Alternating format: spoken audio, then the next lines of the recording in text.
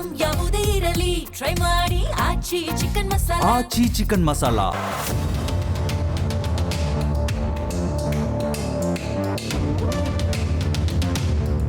ಒಂದು ಕಾಲದಲ್ಲಿ ಬೆಂಗಳೂರನ್ನೇ ಆಳಿದ್ದ ಜಾಹೀರಾತು ಮಾಫಿಯಾಗೆ ಗ್ರೇಟರ್ ಬೆಂಗಳೂರು ಪ್ರಾಧಿಕಾರ ಅಂದ್ರೆ GBA ಮತ್ತೆ ರತ್ನಗಂಬಳಿ ಹಾಸಿದೆ. ಗ್ಯಾರಂಟಿಗಳಿಂದ ಖಾಲಿಯಾಗಿರುವ ಖಜಾನೆ ಭರ್ತಿ ಮಾಡಲು ಕಾಂಗ್ರೆಸ್ ಸರ್ಕಾರ ಮತ್ತೆ ಈ ಕ್ರಮ ಕೈಗೊಂಡಿದೆ ಅಂತ ವಿರೋಧ ಪಕ್ಷಗಳು ಸರ್ಕಾರದ ವಿರುದ್ಧ ಹರಿಹಾಯ್ದಿವೆ.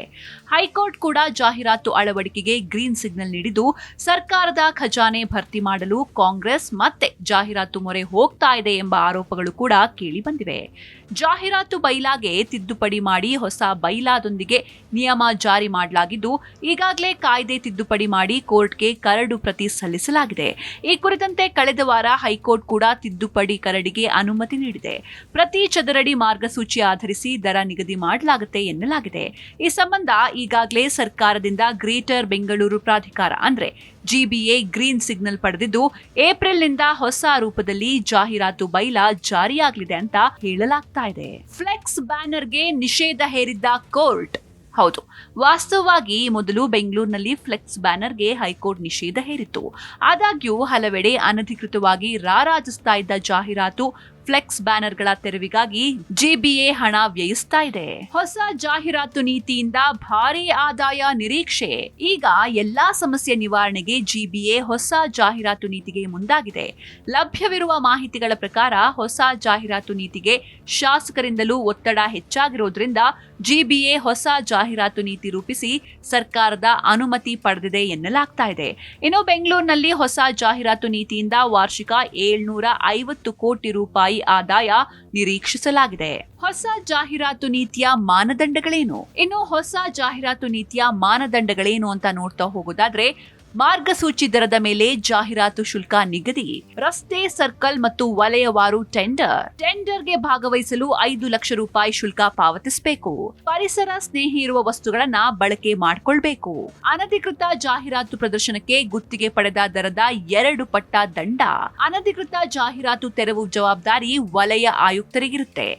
ಬಸ್ ಆಟೋಗೂ ಶುಲ್ಕ, BMTC ಖಾಸಗಿ ಬಸ್ ಆಟೋಗೆ ಅಳವಡಿಸಲು GBA ಅನುಮತಿ ಕಡ್ಡಾಯ.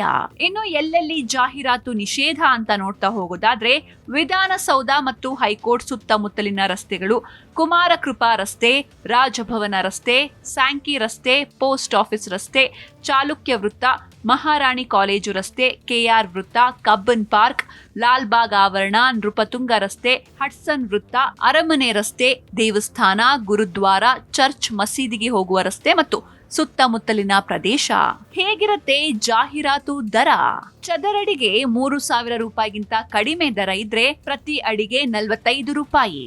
ಇನ್ನು ಪ್ರತಿ ಚದರಡಿಗೆ 3,000ದಿಂದ 5,000 ರೂಪಾಯಿ ಇದ್ರೆ 55 ರೂಪಾಯಿ, 5,000ದಿಂದ 10,000 ರೂಪಾಯಿ ಇದ್ರೆ 65 ರೂಪಾಯಿ, 10,000 ರೂಪಾಯಿನಿಂದ 20,000 ರೂಪಾಯಿ ಇದ್ರೆ 75 ರೂಪಾಯಿ, 20,000ದಿಂದ 50,000 ರೂಪಾಯಿ ಇದ್ರೆ 80 ರೂಪಾಯಿ, 50,000ದಿಂದ 1 ಲಕ್ಷ ರೂಪಾಯಿ ಇದ್ರೆ 90 ರೂಪಾಯಿ, 1 ಲಕ್ಷದಿಂದ 2 ಲಕ್ಷ ರೂಪಾಯಿ ಇದ್ರೆ 100 ರೂಪಾಯಿ, 2 ಲಕ್ಷ ರೂಪಾಯಿಗಿಂತ ಹೆಚ್ಚಿದ್ರೆ 110 ರೂಪಾಯಿ.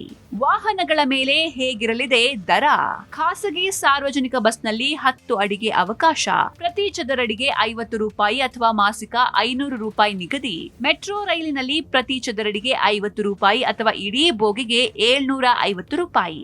ವಿತರಣಾ ಮತ್ತು ಸೇವಾ ವಾಹನಗಳಲ್ಲಿ 6 ಅಡಿ ಪ್ರದರ್ಶನಕ್ಕೆ ಅವಕಾಶ. ವಿತರಣಾ ಮತ್ತು ಸೇವಾ ವಾಹನದಲ್ಲಿ ಪ್ರತಿ ಚದರಡಿಗೆ 75 ರೂಪಾಯಿ ಅಥವಾ ಮಾಸಿಕ 750 ರೂಪಾಯಿ. ಟ್ಯಾಕ್ಸಿ, ಆಟೋ, ಸಾರ್ವಜನಿಕ ಸಂಚಾರಿ ವಾಹನದಲ್ಲಿ 6 ಅಡಿ ಪ್ರದರ್ಶನಕ್ಕೆ ಅವಕಾಶ. ಟ್ಯಾಕ್ಸಿ, ಆಟೋ, ಸಾರ್ವಜನಿಕ ಸಂಚಾರಿ ವಾಹನದಲ್ಲಿ ಪ್ರತಿ ಚದರಡಿಗೆ 50 ರೂಪಾಯಿ ಅಥವಾ ಮಾಸಿಕ 500 ರೂಪಾಯಿಗಳು. ಒಟ್ಟಾರೆಯಾಗಿ ಒಂದು ಕಾಲದಲ್ಲಿ ಬೆಂಗಳೂರನ್ನೇ ಆಳಿದ್ದ ಜಾಹೀರಾತು ಮಾಫಿಯಾಗೆ ಮತ್ತೆ ಗ್ರೇಟರ್ ಬೆಂಗಳೂರು ಪ್ರಾಧಿಕಾರ ಅಂದ್ರೆ GBA ರತ್ನಗಂಬಳಿ ಹಾಸಿದೆ.